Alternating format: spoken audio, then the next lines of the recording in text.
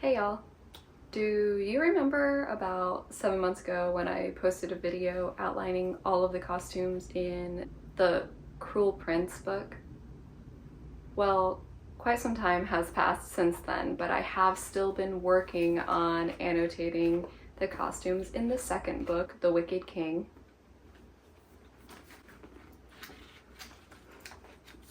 This book has a lot less costumes for the first one, so this might be a lot shorter video. So let's just jump into it. Now, if we start alphabetically, just like with the first book, we're going to start with Baelkin. Baelkin on page 184 is described as wearing clothing that is far too fine for the tower that he's locked in. And then on page 243, he is dressed in similar fashions and colors as the Undersea. I couldn't find immediately the colors of the Undersea. I tried to compare. There's green, there's yellows, very metallic-y colors. So I'm gonna go back through the book, and if I figure out what those colors are, I will put them in the Airtable or I'll put them on the screen here. Next is Cardan on page 7. He wears a crown at an angle, and he has a long villainous scarlet cloak pinned at his shoulders and sweeping to the floor. An earring that shines at the peak of one of his pointed ears, and he is wearing a handful of heavy rings that glitter along his knuckles. Page 50 we get an idea of what Cardan's closet looks like, not what he's wearing, but it's described as a wardrobe overstuffed with his clothes, velvet cuffs, satin, and leather. Page 72, we get a description of his clothes that he's not wearing. In a drawer, he has a collar of black jet, a beaded bracelet with a clasp, and heavy golden rings. He loves his accessories. On page 98, all that's described is that he's wearing a coat. There's no other descriptors. Now I'm gonna pause real quick. Because of the story and what point we are in it, there's a lot less descriptors of the clothing to tell us who the characters are. We should have an idea of the characters, and now we're just getting little reminders of them. You know, we're getting little reminders of Cardan's extravagance. We're gonna get, you know, obviously Baelkin thinks of himself very highly, so he is gonna have a little bit more of a decorative, yeah. So I just wanted to point that out because there's a lot less details in this, but I still wanted to share everything that I found in it. On page 107, I did just want to throw in that Cardan is described to smell like moss, oak wood, and leather. On page 179, he is dressed in his disarranged finery. Page 184, he is looking especially formidable in a coat of mossy velvet embroidered all over in bright gold, and he is wearing earrings gifted to him by Grimson. And finally, on page 243, Cardan wears a fur-lined cloak and a hammered gold oak leaf crown. Next is Grimson. Grimson is the blacksmith. On page 10, he wears a coat of scarlet. His cuffs are jeweled, and he has a moth pin holding his cloak in place, and the wings move on their own.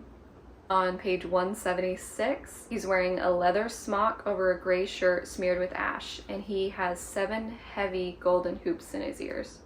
Heather is Vivian's human girlfriend. On page 164, she's talking about a hot silver dress. Not much more of a description other than that, but they're talking about a dress and it being appropriate for her for wearing to ferry. On page 203, she wears human clothes. It's a short pink dress with little silver spangles, and her hair is pulled back in sparkling pink clips. In The Wicked King, Jude has the most descriptions of clothing. Starting off on page 26, she wears a doublet. Page 45, she just mentions that she's wearing her clothes from the night before.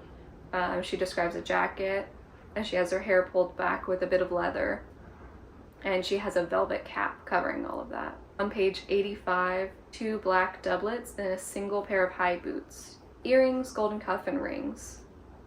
104, Jude is put into what we can call her Queen of Mirth gown.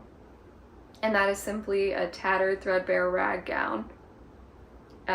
She describes it as a simple thing, no corset, no clasps. It just pulls on over her head and is barely anything. On page 133, Taryn is working on a wardrobe for Jude. So that includes gowns, coats, cunning little jackets, velvet pants, and tall boots. On page 133, Jude is wearing a coat of black velvet tipped with silver, and she has a new comb carved in the shape of a toad with a single gem for an eye. I totally missed this one when I was recording, but on page 148, she is wearing a suit of dark fabric, high leather boots, and she is holstering blades at her wrist and calves. On page 159, she's wearing a doublet and riding boots. On page 203, she is wearing a gown given to her by Oriana. The gown is silver and reminiscent of chainmail. It is trumpet sleeves slashed along the length of the arm to show some skin. It also has a plunging neckline, and this time her hair is braided into ram's horns, and they wrap the tips with silver ribbon. Page 226, it's a gown, both short and thin, barely a garment, and it flows around her, and her body is pretty visible throughout it. And then she's wrapped in rope of pearls, and her hair is pulled back with a crown of shells and a net of kelp.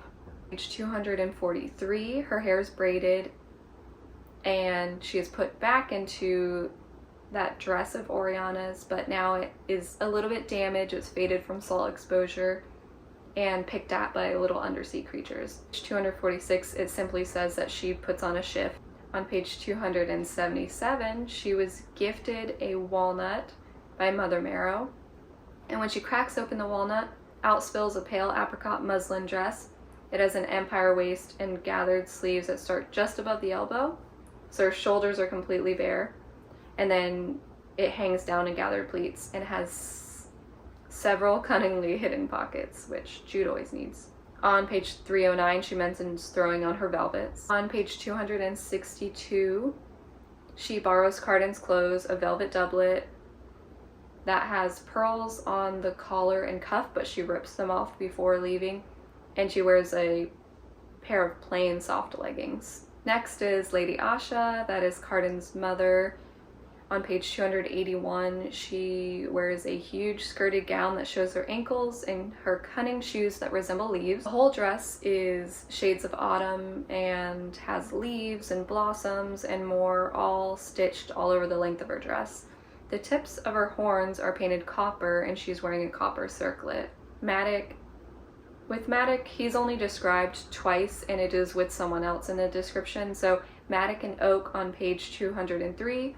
Maddox wearing a deep plum tunic and Oak in a matching tone. On page 281, Maddox and Oriana are described as him wearing black and she in white. They look like chess pieces, which I love that as far as storytelling goes and costuming, because they're all making their own moves. Mother Marrow on page 13, she wears a necklace of rocks, each bead carved with whorls that seem to catch and puzzle the eye. She has heavy robes that ripple around her. We see more of Nicasia in this book. On page 52, she wears a robe heavily embroidered with phoenixes. She has 3 earrings that shine along her lobe. Then they go all the way up to the point of her ear. And on page 79, she wears a gown of gold lacework. She has 2 golden combs the shape of shark's jaws completed with golden teeth. On page 99, she has a dress of purple that is peacock blue when it catches the light. Her hair is woven into a braid that circles her head. At her brow is a chain from which dangle dozens upon dozens of beads in sparkling purple, blues, and amber. That sounds so pretty. On page 310, her long legs are covered in an armor shell. Oriana, on page 203, she wears a gown of pale violet with a collar of fresh petals that rise to her jawline. Orla is the Queen of the Undersea and Nicasia's mother. Page 310, she is dressed as if she is for battle. Her skin is covered in shiny scales that seem to be metallic and grown from her own skin. She wears a helmet of bone, and shark's teeth hide her hair.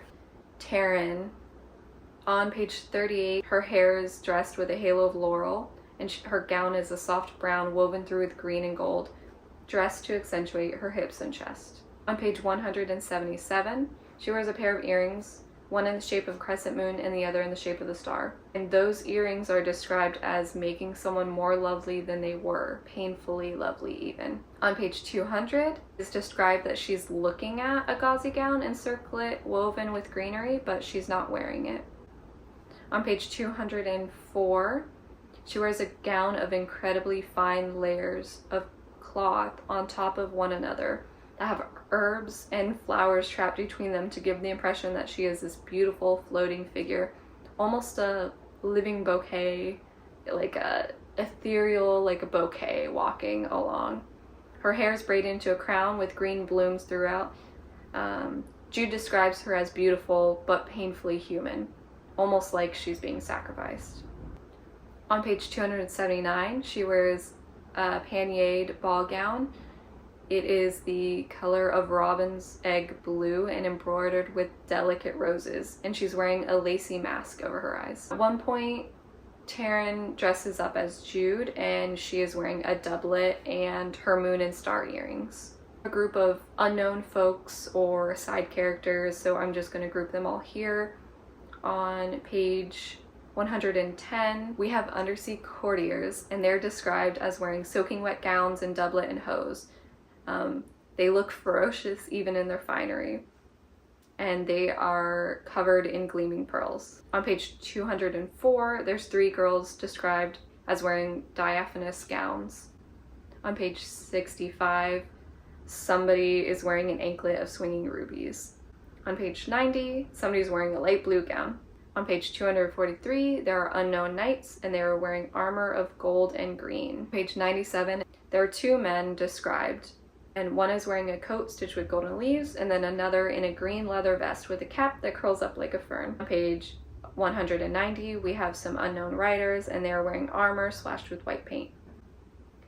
And finally, Vivienne, that is Jude's sister.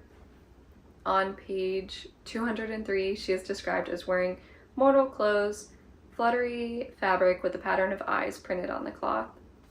Alright, that is it for all of the costumes in The Wicked King. I know that was a lot less than the Cruel Prince series, so I hope nobody's disappointed by that, but I think that is kind of how storytelling goes. Holly Black did a great job in creating these costumes and this idea of all these individuals, and now in this middle book, she just needs to keep you knowing who they are, so we don't need.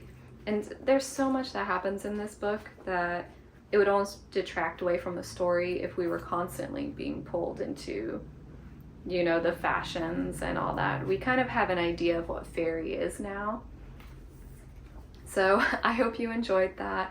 I hope you got something out of it. I will have an Airtable below that has all of these outlined, and I will also have links to the Pinterest board that has some of my ideas for it. I would love if you guys sent me any inspo that you have maybe from this, because I love looking at stuff like that. So feel free, you can either tag me, tell me where to go, whatever you think. And I've already gone ahead and picked up the Queen of Nothing so I can annotate this and then do a 3rd and final video on it.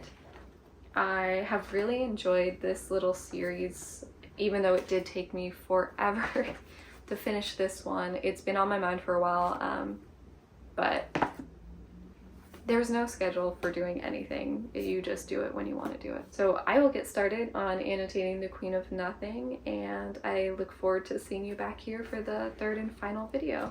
All right.